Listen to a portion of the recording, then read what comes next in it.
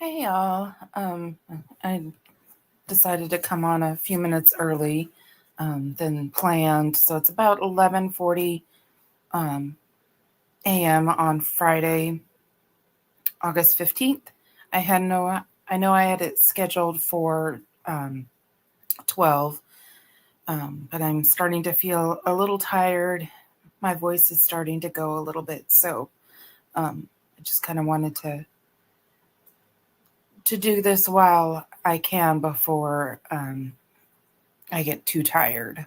Because again, for those that you don't know, I do have fibromyalgia, and I've been doing some things this morning, and so I'm getting a little worn out, and I've been up early. Um, but anyways, so this is going to continue from this morning's live in regards to Andrew Mcgann, who is also known as the Devil's Den killer. He's accused of murdering a husband and wife in the Devil's Den trail and leaving their two young daughters to run for help. In the earlier live, I gave a breakdown of the case. So this one I have just a couple of articles to read and then a video. So what I'm going to start with is an article that has like where he had previously worked. And then also there's a possibility, and this is also just speculation, but there's a possibility, and they are looking, the Vermont State Police is currently looking into this. There's a possibility that he may be tied to two other cases. So what I'm tying that into is in his work history, is that his work history shows that he is certainly capable of moving around from state to state. All right, so let me get going. I'll get my screen shared. We'll read the first article here and give you a good idea here. One moment.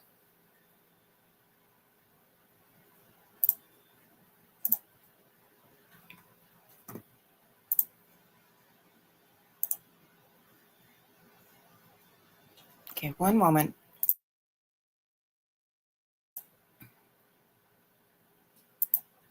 Okay, so this is teacher accused of killing couple at Devil's Den worked in 3 states. And Devil's Den, by the way, is in Arkansas.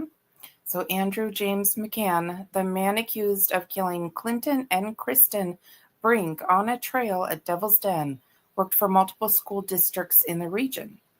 Mcgann had educator licenses in Arkansas, Oklahoma, and Texas. Now, for Texas, he taught at Donald Elementary in the Louisville district in Texas during the 2022-2023 school year. The individual was placed on administrative leave in the spring of 2023 following concerns related to classroom management, professional judgment, and student favoritism. Samantha Fitzpatrick, district spokesperson, wrote in an email to that news agency, an internal investigation found no evidence of inappropriate behavior with students. The teacher resigned from the district in May of 2023.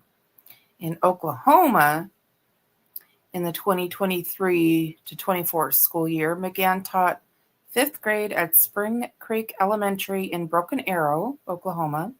As with all employees hired by the district, he was subjected to and passed the legally required background checks prior to being hired. Terrace Thompson, district spokesperson, wrote, "Our thoughts and prayers go out to the family affected by this unimaginable act of violence." In 2024-25, Mcgann taught at Sand Springs summer schools. At the end of the school year, he resigned yet again to move out of state. The safety of our students and staff is our highest priority, Lisa Chidester, district spokesperson, wrote. See, I told you my voice is starting to go. Anyways, Mcgann passed background checks for the school district and for the state, according to Chidester. In Arkansas, Springdale Public Schools hired Mcgann to teach in the 25 and 26 school year, but he had not yet started his employment when he was arrested. This individual has not at any time come into contact with Springdale students or the families we serve, Superintendent Jared Cleveland wrote, extending the condolences.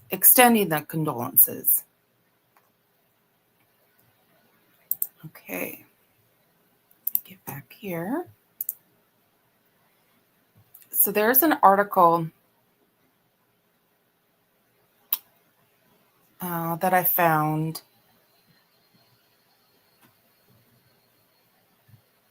that talks about his behavior with his students, specifically the female students.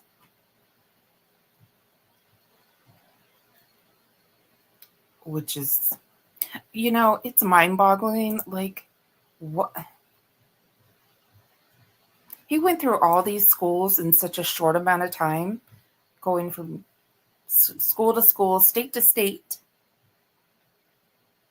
and had all these problems, and nobody did a damn thing.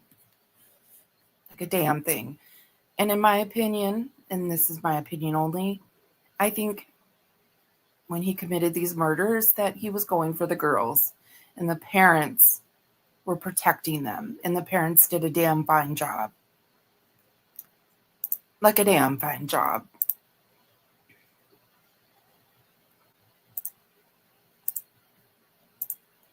Like this. Let me just get this shared.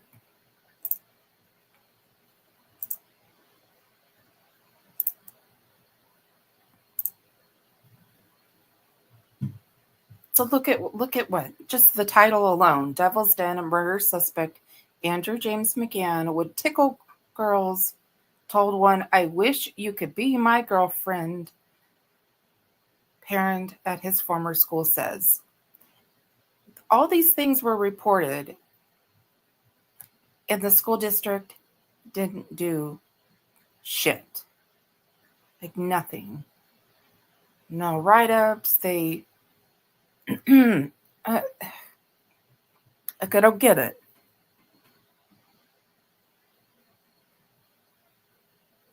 And it's like with Brian Koberger, when not obviously he was not obviously to this extent, but his students, so to speak, he made them feel uncomfortable.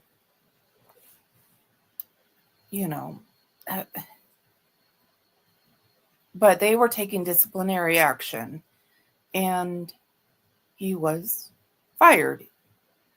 They did what they were supposed to do. All these schools, they didn't do, in my eyes, they didn't do what they were supposed to do. And look what happened. He just goes state to state. If they run even state background checks, you would think that this would show up. But of course, they didn't do a damn thing. But anyways, here we go. So Devil's Den murder suspect Andrew James Mcgann would tickle girls, told one, "I wish you could be my girlfriend," says a parent at his former school says. A teacher accused of murdering two parents in front of their young daughters at Devil's Den State Park in Arkansas once put a little girl on his lap and asked her to be his girlfriend at his former Texas school, a disturbed parent recalled to the Post on Friday. And this isn't very recent. This was August 1st. Andrew James Mcgann, age 28, who authorities say admitted to butchering Clinton David Brink, age 43, and wife Cristen Amanda Brink, 41, on Saturday, put the little girl up and said things like, "I wish I could date you. I wish you could be my girlfriend." Just really nasty, like grooming behavior. Said, hopefully I can say this right, said Zachary Polyak, whose son attended Donald Elementary School in Flower Mound when the accused killer taught there. "This monster was around our children," fumed the dad, who added that his son was occasionally in his class on Fridays. Mcgann was giving a lot of special treatment to girls in particular. He was giving them candy, bringing them Sonic drinks, playing tag with them, tickling them. Just really suspect behavior.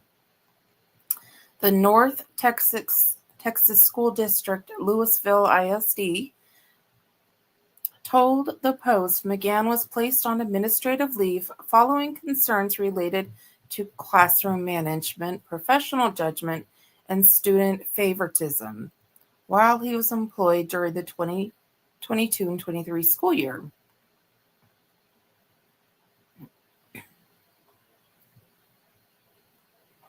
However, their internal investigation found no evidence of inappropriate behavior with students. Mcgann resigned in May of 2023, according to the school district, but Polyak expressed outrage that he was left off so easily. "It should have been an immediate firing with reports to CPS," he charged. This is the husband and wife who bravely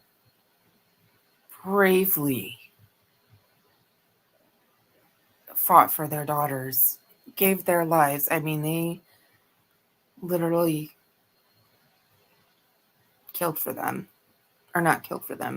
protected them from being killed.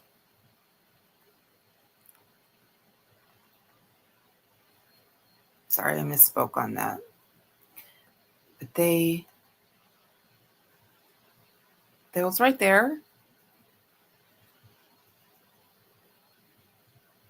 are, God bless them, the best people in the world. Sierra Markham, whose son was in Mccann's fourth grade class at the Texas school, shared that the alleged murderer was strange and standoffish during her previous encounters with him. "He was pretty cold. You could ask him a question and he would give you a one-word response," Markham said. "Overall, just pretty disinterested in his students. He was the most standoffish teacher she had ever met," she said. Markham reported of Mccann's behavior to a principal after her son came home upset, she said. That's that asshole right there. Those are those babies. Those young girls.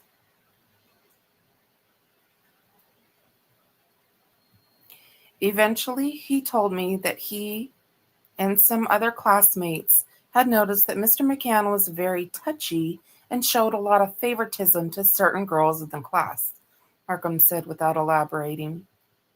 "I guess the murder allegations did surprise me because while I thought he was off, I never thought he was violent."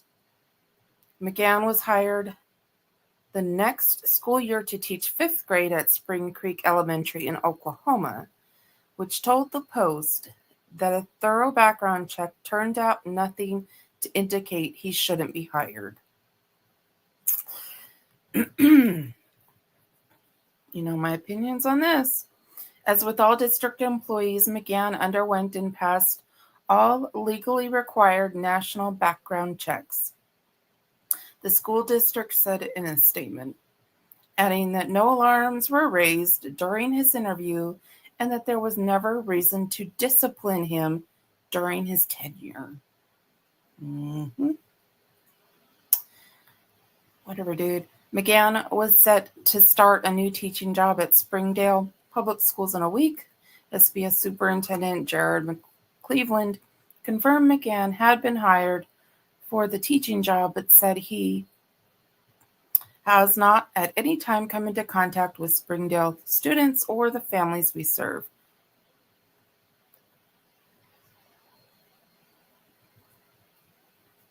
And that's that.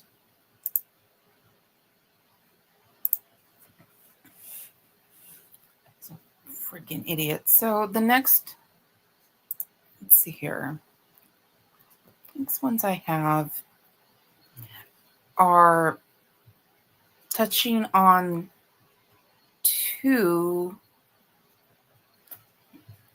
unsolved cases in Vermont. In this one,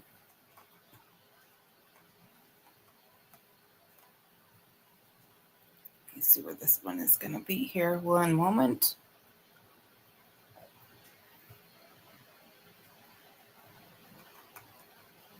Oh, where did it go? Come on.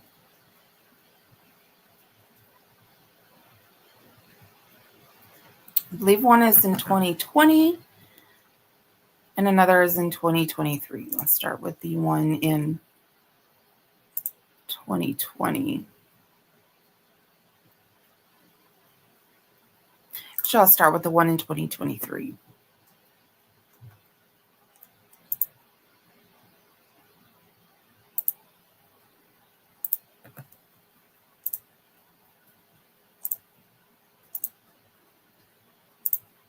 Getting this shared, so one moment.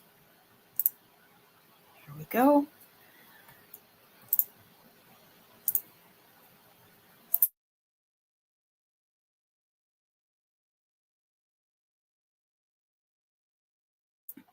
Sorry about that. Okay. Vermont State Police probe potential connection between Mcgann and previous homicide case. In Little Rock, this was August 7th, by the way. Andrew James Mcgann, who was arrested in July in connection with a double homicide in Devil's Den State Park, is now also being investigated for a 2023 homicide in Vermont. Vermont State Police say that media reports have brought forward possible connections with the homicide in Castleton, Vermont.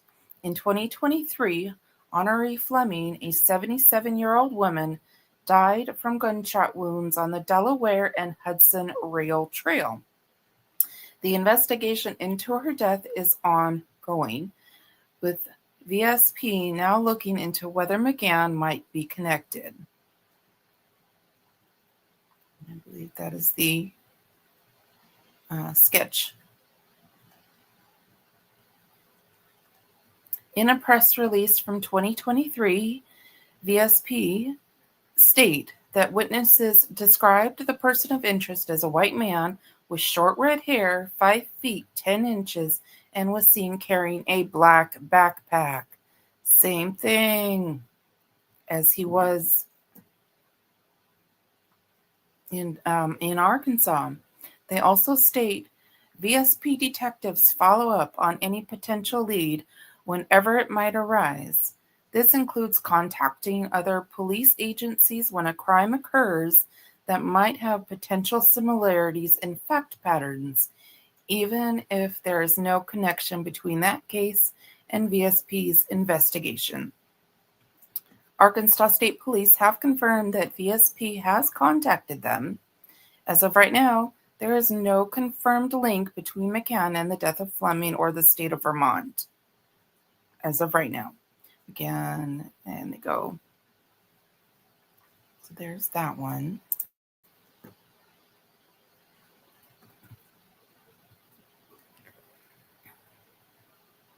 And then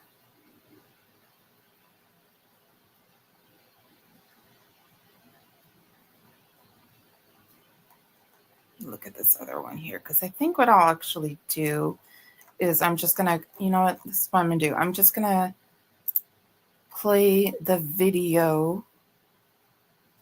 Let's see how long it is. It is a fair amount of time, and I'm going to speed it up also. And then call it a day at that point. So, and obviously, if there's any breaking news that happens or any updates, I'll certainly go live for those. Let me get this going.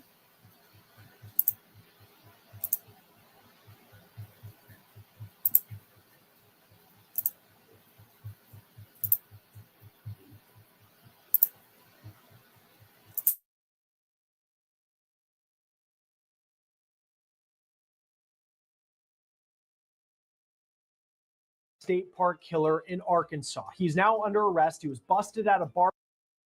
Andrew Mcgann is the accused Devil's Den State Park killer in Arkansas. He's now under arrest. He was busted at a barber shop. He's accused of stabbing a mom and dad to death who were just on a weekend hike with their young daughters. Could he also be the man who police say stabbed and killed a hiker at Devil's Lake State Park in Wisconsin nearly 5 years ago? What makes these cases so similar to the point that detectives are now looking into that possibility? We're on the case presented by Law and Crime. I'm Chris Stewart.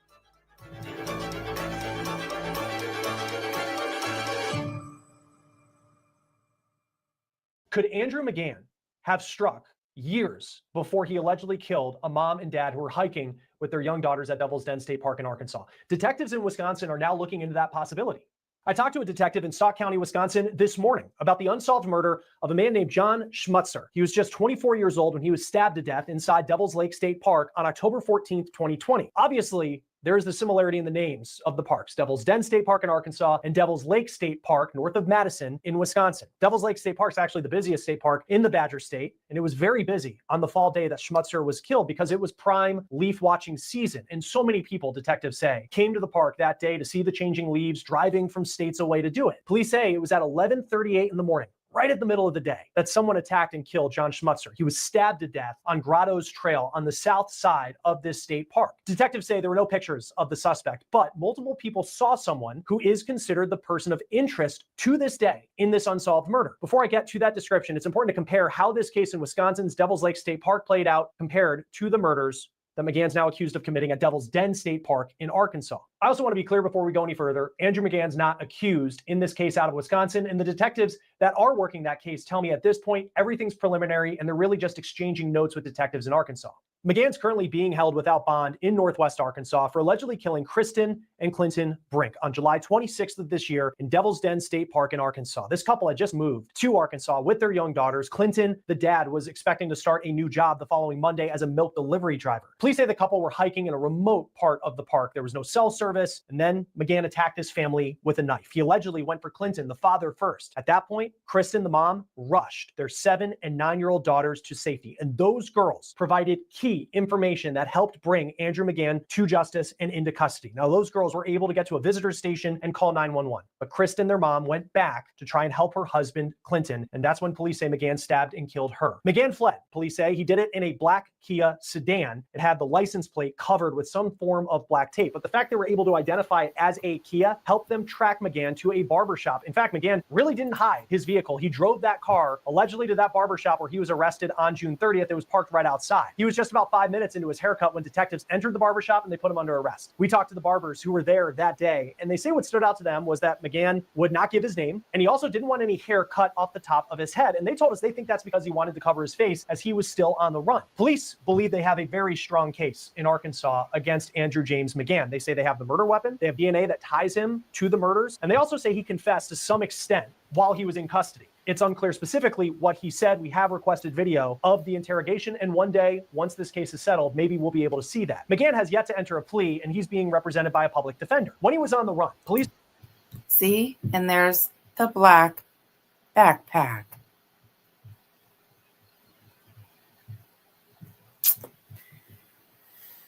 He knew he'd be about the right height. He probably had shorter hair then. I'd have to take a look. You know, clearly this guy knows how to drive around all over the country, I'm sure. Released this picture allegedly of Mcgann in dark clothing on the day of the Brinks murders. They say it was a witness who took this picture of Mcgann from behind. Now, police had described the person of interest at that point as a medium-built white man wearing sunglasses, fingerless gloves, and he had dark clothing on with that backpack. Witnesses also say they saw him allegedly leave the park with blood on his face. You compare that description to the one that law enforcement in Wisconsin have put out to the public as they are working the murder of John Schmutzer at Devil's Lake State Park. Again, this was a murder back in 2020. The detective I talked with this morning say that witnesses call the person of interest in this case the runner. And the runner is still the person of interest in this murder to this day. Now, they don't have any pictures of the runner, but he is described as a 5'10" white man who was wearing all dark clothing and was seen running frantically through the park at the time of Schmutzer's murder in October 2020. Detectives say they do not have the murder weapon in this case. Now, we've been trying to put together the I'd be very curious if he also had a black backpack in this case. I need to look deeper into it. It's crazy. I mean, he matches the description. Anyways. Background of Andrew James Mcgann and understanding how he got to Arkansas. And Wisconsin may line up with where he was around 2020. Mcgann is a public school teacher by trade, which is disturbing in and of itself. He was going to start teaching at a public elementary school the week after his arrest in Springdale, Arkansas. When we first heard the name Andrew James Mcgann, we put his name into truthfinder.com. And surprisingly, nothing really came up. And that says a lot because Truthfinder... Yeah, that doesn't surprise me because nobody did a goddamn thing. Rarely can't find information on someone, and that's kind of a story in and of itself where it appears that Mcgann really tried to cover his tracks. Here at Law and Crime, we partner with Truthfinder. We use it to get details on the people involved in our stories, but even if you don't work in true crime, it can be an excellent resource to give you some peace of mind as it is one of the largest public record search services in the United States. And with the paid subscription service, you get access to unlimited reports about almost anyone. And by the way, right now, you can get 50% off your first month of confidential background reports. Just go to truthfinder.com/OTC. We found that Mcgann was hired by at least 5 different school districts between Arkansas, Texas, and Oklahoma just in the last 3 years, going back to 2022. Prior to that, we know. Do you see what I'm saying? 5 in a short amount of time, 3 different states. And that's just employment. Where did he go during vacations? Time not...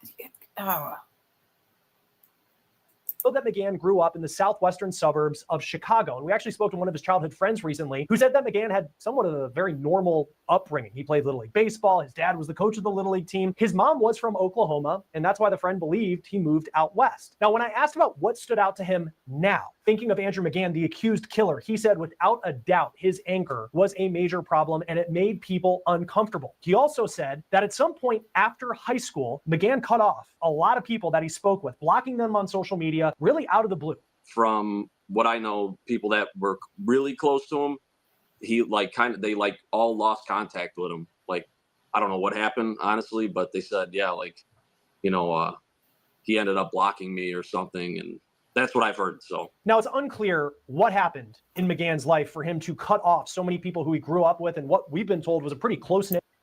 Look at that. Dude is freaking out of his mind. And this did not happen overnight. It did not. Community and for him to move away from the Midwest. The suburbs of Chicago, obviously not that far from Wisconsin, and Devil's Lake State Park is a place where people from the Chicago area go to see the changing leaves and take in some nature in the fall. The detective I spoke to said one of the big challenges they faced in this investigation is that there were so many people in the park that day, so many people that traveled from states away, that came, saw the leaves, and then went back home to wherever that may be, that it was hard to interview every single person who may have seen something. And there may still be people today who are jogging their memories, thinking about what they saw on that trip in 2020, and they are still hoping people reach out for information that could help them solve the murder of John Schmutzer. Now, this isn't the only cold case that law enforcement has contacted police in Arkansas about after Mcgann's arrest. Vermont State Police reached out about the October 3rd, 2023 murder of 77-year-old Honore Fleming. She was a former college dean who entered a hiking trail in Castleton, Vermont around 4 p.m. one day, and then she was found dead at 4:30 p.m. She had a gunshot wound to the head. This is the sketch that Vermont State Police put out almost 2 years ago. They also put out a description from witnesses, and they say the person of interest in that murder was described as a male standing about 5'10", having short red hair, and he was wearing wearing a dark gray t-shirt and carrying a black backpack. Now, even though that description does sound very similar to Andrew Mcgann, we admit it sounds like a lot of people. Police in Vermont say, after talking with Arkansas police last week, at this point, there is, quote, no known link between those cases. But we do want to say, if you have any information about the murder of Honore Fleming, contact Vermont State Police. Joining us now is retired police sergeant and cold case expert Troy Hillman. Thank you for taking the time to be with us on Law and Crime today. What are some of the similarities you see between this unsolved case out of Wisconsin and then what Andrew Mcgann is accused of in Arkansas? Well, in both cases, you had a very brazen, broad daylight, it appears to be a blitz attack. And again, I don't know all the details, but it was the tool that was used was a knife in both cases, and it was somebody of somewhat of a strength and stature to overcome grown adults. And in the case of Arkansas, two grown adults. And so you had somebody that was almost a predator type. And when I talked to detectives this morning, they were in Sauk County, Wisconsin, they were very much saying, this is preliminary. We're exchanging notes, giving phone calls and talking with some of the detectives in Arkansas. Take us inside those conversations typically. When you have a police department, you have this unsolved case, you see Andrew Mcgann, you see some of the details that's been reported as far as what he's accused of in Arkansas. What's the conversation like when you're asking questions, trying to figure out if there is a link to the unsolved case? Yeah, they're definitely great to be cautious because you don't want to come out and label something as such beforehand, But I would say that they're asking questions about looking at his timeline of where he was. Could he have been in the area? Maybe looking at cell phone data, that kind of thing, just to put him there and kind of figure out where he's been, where he's traveled to. Obviously, both cases, it would have been probably somebody or somewhere that he was familiar with and felt comfortable in that environment doing what he did. Yeah, and he was from the southwestern suburbs of Chicago, graduated high school sometime around 2015, but that's only a couple hours drive to Devil's Lake State Park in Wisconsin. What stands out to you as someone who's investigated not only just crimes, but cold cases when you look at Andrew James Mcgann and what he's accused of in Arkansas? Well, I think you look at, if you're going to go out and commit a murder, typically the way to do it, usually with strangers, would be use a gun. Because it doesn't involve getting up close personal. Typically with a knife attack, in any kind of struggle, you injure yourself. And typically the perpetrator leaves their. Yeah, and the attack that he did on the mom and dad, I don't believe there was, I believe it was a knife that he used. It was an awful sight from what I understand. And they fought like hell for their daughters, for those young girls.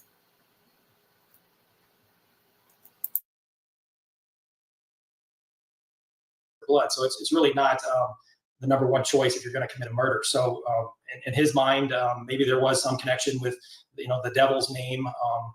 I don't know how much this is religious, but there should be a treasure trove, maybe looking at his social media, looking at his background, talking to friends, family, and kind of getting a complete picture of who this guy is and how he developed over time. Because he would have developed, if he did in fact do the cold case murder in Wisconsin, then he was probably growing a little bit more brazen as he was working his way, what a profiler once described to me as the helix, basically working his way down that, just basically becoming more brazen and attacking at will multiple adults.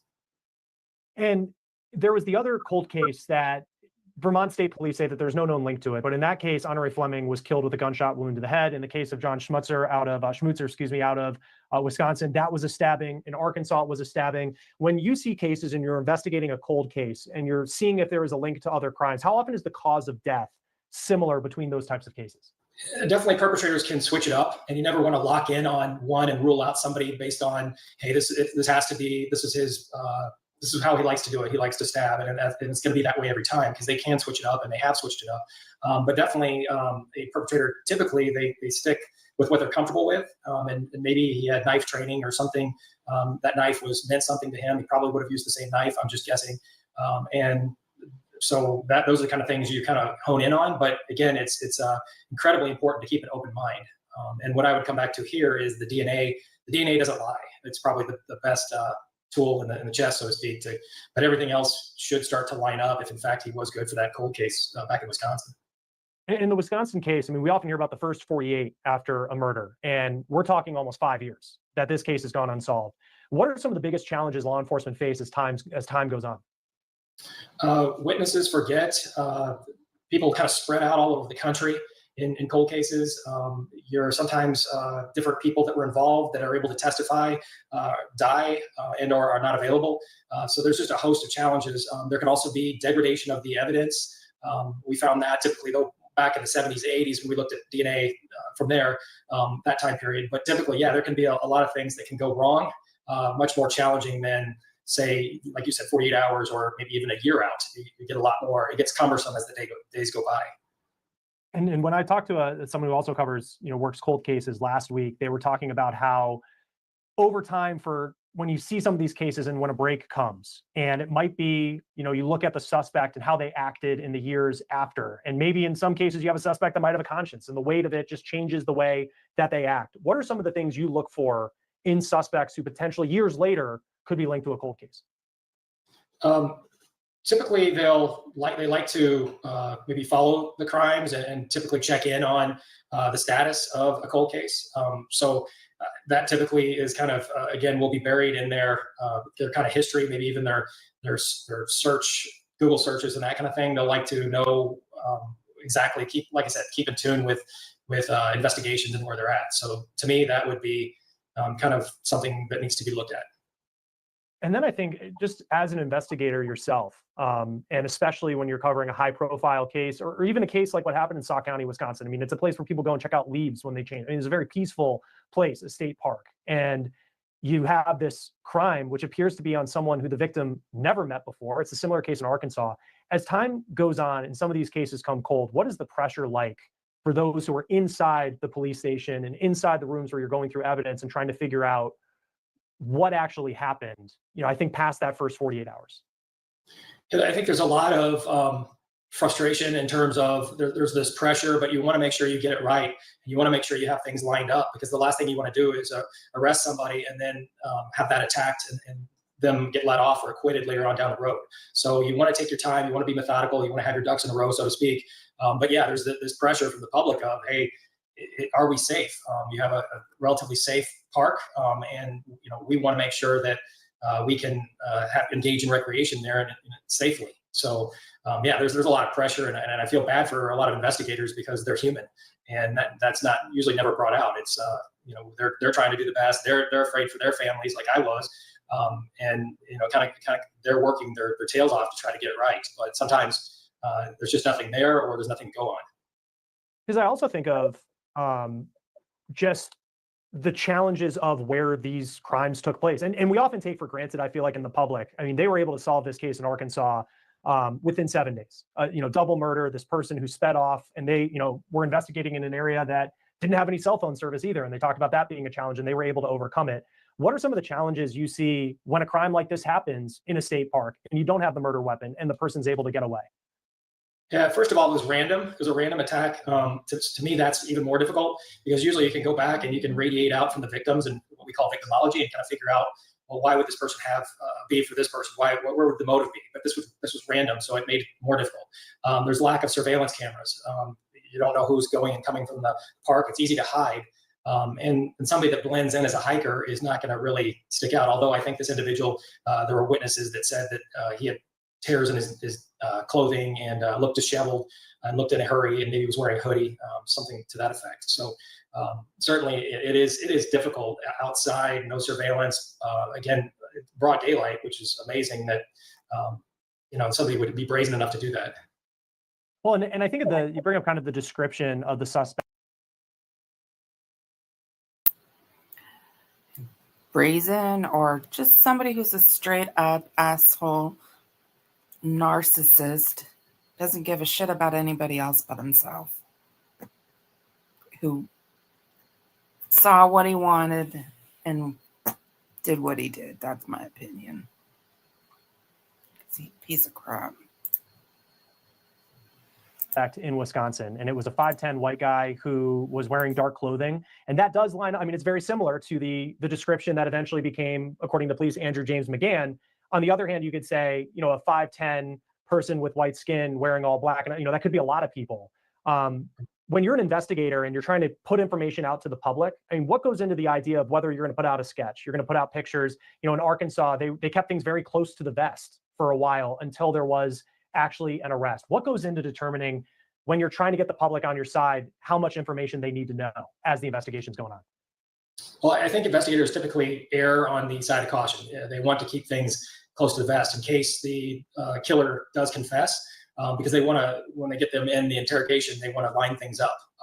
So to me, that's important. But at some time during the investigation, you said, hey, putting this out, could this sketch of, say, a knife or a redressed, in our case, we used a redressed bodysuit back in the day that the killer used, would that help? And ultimately it did. The calls came in.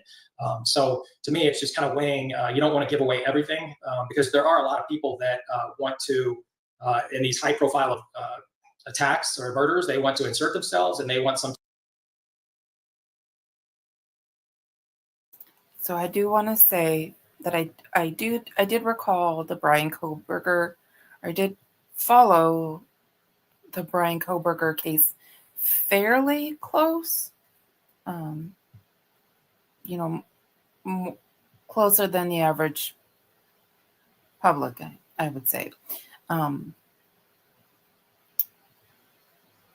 I do recall in the beginning of the case, and actually in the first couple of years, you know, they were put on a gag order, but even before that, they kept the Moscow police and Pullman kept things very close to the vest. They barely released anything, and they kept it, and they did very, very well, in my opinion, in regards to that. They probably, you know, should, in my opinion, but they also probably should have, you know, released things like, you know, the video surveillance of the car a lot earlier than they did, but it is what it is. Anyways.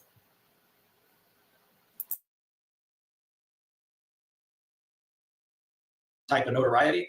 So you'll have false confessions, and then you'll have detectives going all over trying to interview these people that really aren't involved, and that takes time and energy away from the investigation. So you don't want to give too much out, but you also want, like you said, you want the public on your side, you want transparency, but you also have to keep things back. So it's not a hard and fast science by any means. A 3-part Providence Falls special event. Liam O'Connor, we're offering you a chance for redemption. Andrew Mcgann had no criminal record. From people we've spoken to, he had somewhat of a normal upbringing in the southwestern suburbs of Chicago. But also he's accused of randomly attacking this couple in Arkansas that were just walking through the park and killing them in a very violent way with a knife. How common is it that you see a crime like this with Andrew Mcgann, and potentially, and we don't know at this point, but that he would have acted again at another point in time? To me, there's got to be, and whether they're hidden or not, and I don't know, I haven't read, you know, the case file, but to me, there's got to be more information on him. There's got to be something, and I'm not a psychologist, but I have dealt with a lot of forensic psychologists and profilers. There's got to be something in his background that basically created this deviancy, because it just doesn't. You just don't snap typically one day and say, I'm going to go attack somebody with a knife, or a couple with children. It's just so far beyond. Nope. And like I said, just looking at that picture, how he looks, that does not happen overnight. He went crazy over an extended period of time, in my opinion. The norm. So to me, there's stuff that's maybe missing in his background that has yet to be discovered. And again, I'm not a forensic psychologist. I could not tell you more than that, but that would be my line of thinking on that. And then for you, Troy, I mean, you've worked your career. I mean, you help solve these cold cases. What is it about these types of crimes that you're passionate about? To me, these are, and not to denigrate the normal homicide, because those are incredibly important. And if regular, I call them regular, homicide investigators don't do their job on the front end, then cold case investigators can never do their job. But I found cold case investigations to be very, very challenging. very, there were ups and downs. But the moment you were able to knock on a door and tell a mother that had been waiting for 25, 30 years for at least some type of delayed justice or answers, that we had found the bad guys. I mean, to see that look on her face, that to me was the most rewarding part of my career. Just to be able to do that. Everybody else had kind of given up hope, but we kind of stayed at it and never gave up. And that's kind of my message going forward: is we can't give up on these victims and their families. And it's twofold, because you still have suspects out there running around that have gotten away with it once or twice or however many times, and they're balancing jurisdictions. So it's important, and it's important to, like I said, to make our community safe and to give these families closure.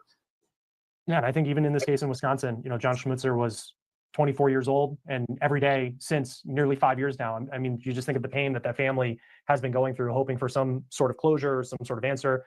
Troy, I know you have a book coming out. What do people need to know about it? This book is written from my perspective with my team and how we assembled it.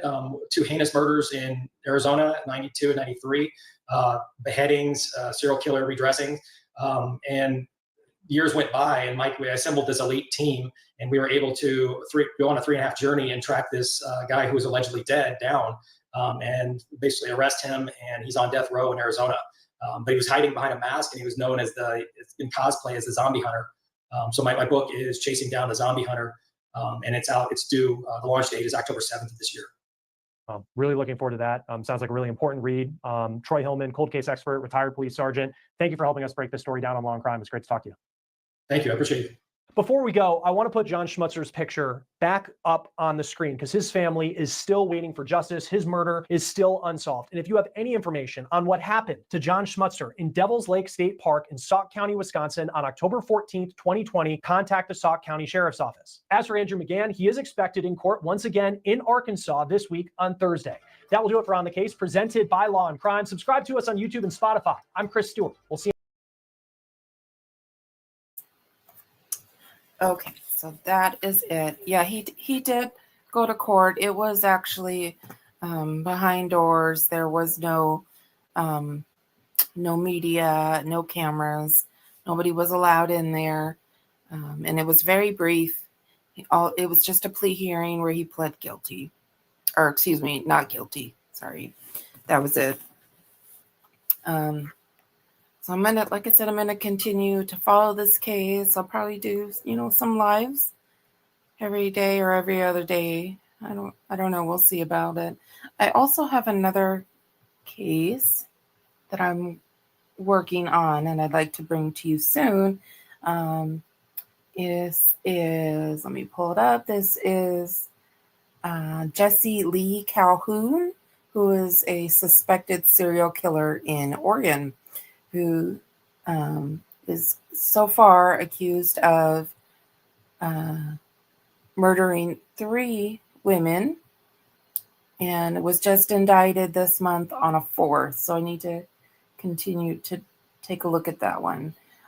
He is actually in jail as we speak. But I will go ahead. I'm going to go ahead and end this out. And if you can, if you happen to catch this on replay at all, can you please just hit the like, subscribe, certainly make any comments. I'm also open to, any suggestions you might have to improve my channel, any cases you want me to cover, anything. I'm open to anything that you might have in regards to my channel. Because I am brand new and my channel is so itty bitty, it could use all the help it can get. Okay. All right. Bye. Bye all.